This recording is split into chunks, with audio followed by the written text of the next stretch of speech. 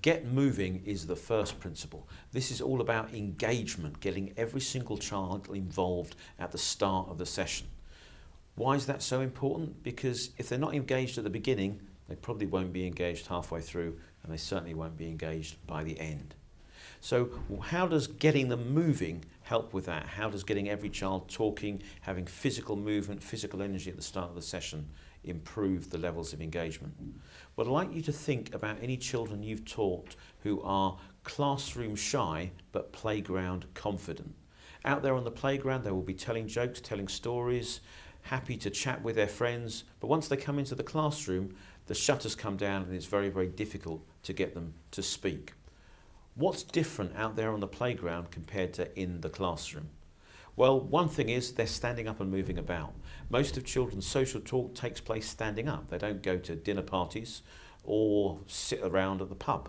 So by getting them standing up, facing each other and having lots and lots of different conversations happening at once in the same space at the start of a session, you make the classroom more like the playground. They don't feel that you are listening to them, because the biggest difference between the playground and the classroom is teachers not listening out there. And for some children, your presence in their area of awareness is enough to close them down.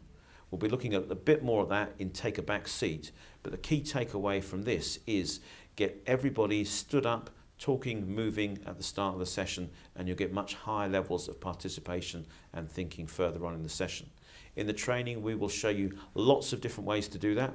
The three principal ones are starting positions, where you get the children stood up, arguing about arguments you've given them and sides you've given them to argue for, so they don't even have to worry about forming an opinion before they can get started. Thinkers games, based around the popular book that I've been selling lots of for years, Making the Thinking Physical, and community builders, designed not so much around the thinking, but around the valuing of each other and the spirit of inquiry that you need for a group to embrace becoming philosophers.